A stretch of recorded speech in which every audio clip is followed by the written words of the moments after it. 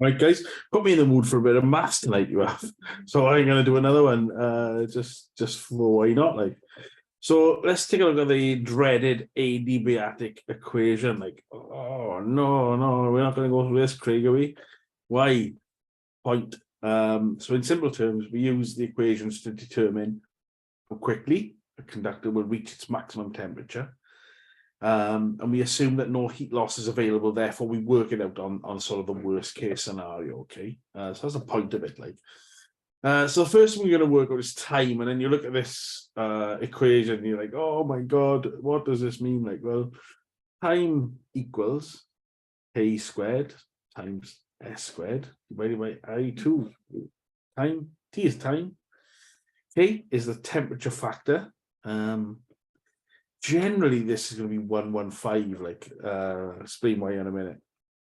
S is the size of conductor, so easy enough, in millimeters, right? And I is a fault current in amps, but just remember now, right? I is a fault current, not design current. So design current's IB, isn't it? I is the fault current, not the design current, right? So we now know what all this means. We know that means time. We know that's the K factor, right? We know that's the size, and we know that's the fault current, okay? So how long does it take for 4 mil copper thermoplastic earth conductor to reach its limit in temperature of 70 degrees C if K equals 115, right? So why is it 115? Said earlier. So from table 43.1 on page 99, we can find out K factors, right? So in this example, we're using 115, generally going to be that, right? 4 millimeter, that's the size right there. Look, 4 millimeter, and the design current is 650 amps, right? Okay, so let's look there. So time equals K squared times size squared divided by watt current. 115 multiplied by 115 to get that, times 4 times 4 to get that, right? Sorry, to get that, 4 times 4 to get that, divided by that, yeah, to get that, gives us this, right? 211,600 divided by 422 over 500, right? So pretty easy so far. What we're going to do is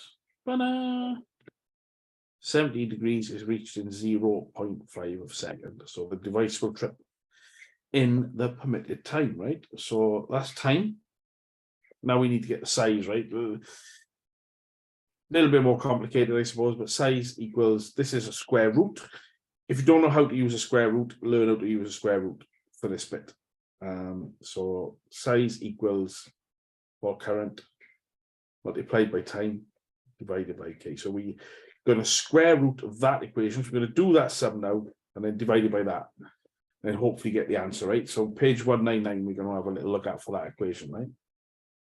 What minimum size, CSA, should a copper conductor be in order to carry a fault current of 750 amps safely? Cable is 70 degrees thermoplastic with a K factor of 115. This is a final circuit. So we're going to assume a disconnection time of 0.4 seconds. It's not a distribution circuit, therefore it's not a 5-second disconnection time. It is a final circuit, so it's going to carry a disconnection time of 0.4 seconds. In the regs, by the way, and if you do an 18th edition, they'll try and trip you up here, because they won't tell you. They won't tell you the disconnection time. They'll just say for a final circuit and expect you to know the disconnection time is 0.4 seconds for a final circuit, right? Sparky knowledge. So what do we know? K factor is 115, time is 0.4, which we now know, and fault current is 750, right? Amps. What is the size of the conductor? So let's have a look. Here we go. So size equals 750 fault current. Whoop, sorry about that. 750. So fault current squared multiplied by 0.4. The time, yeah, and then square root that figure, right? We're gonna divide that by 115, right? Nice and easy.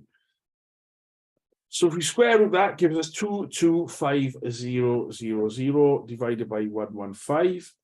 gives us an answer of 4.12 millimeters. So the answer to the question, right, this question that we're going to look at now is, one second, just quickly going to go back to the question here, guys, right?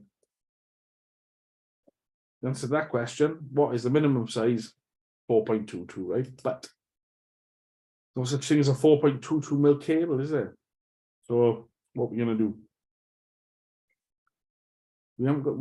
We got options, really, haven't we? We got options here, which we're going to look at now, right? So we could choose from a 4 mil. So we got 4.4 point. I didn't want to show you that yet. We got 4 point. Sorry, it's going wild tonight. So 4.12, right? So the options are 4 mil, 6 mil, 10 mil, or 16 mil. Well, would we go for 4 mil? Well, even though we got 4.12, we'd never go below. So we're going to discount that. We're going to go the next one up.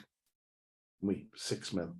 So the answer to the question is we're going to choose a 6 mil because we never go below. We always go above to the next conductor. We don't have a 5 mil. So we just go up to a 6 mil. And even though 4.12 is very close to 4 mil, we would always choose the next one up, which is the 6 mil. Two adiabatic equations, easy, myth busted, not scary at all, just using the information that they give us in the question and that we've got in the regs book, guys. All right. So hope you found this helpful.